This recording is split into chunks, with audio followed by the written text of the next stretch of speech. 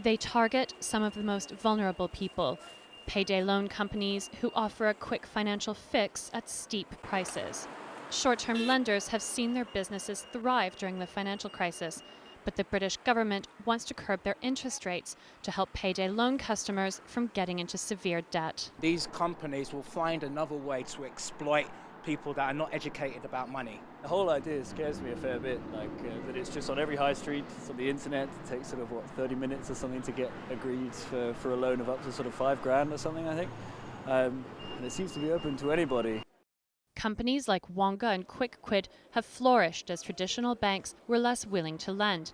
And it's come at a cost, with some lenders charging as much as 5,000% a year. If I were to get a short-term loan of $650 in 3 weeks' time, I'd have to pay back $800. But then I might find it difficult to make ends meet until my next paycheck. So I would apply for yet another loan. And so begins the vicious cycle of high-cost borrowing. Consumer groups welcome the government's decision to curb interest rates. We see an overall cap on the cost of taking out a payday loan is definitely a positive step.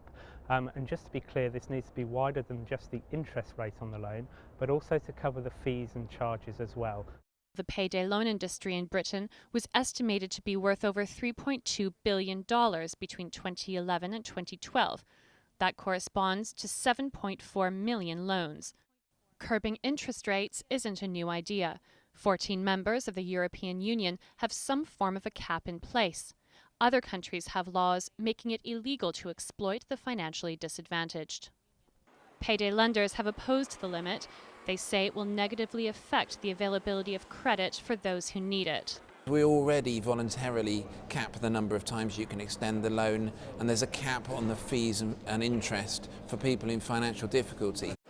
The new law is expected to come into effect next year, a first step in easing the pressure on those who feel they have no choice but to use short-term lenders to pay their bills. Catherine Stancl, Al Jazeera, London.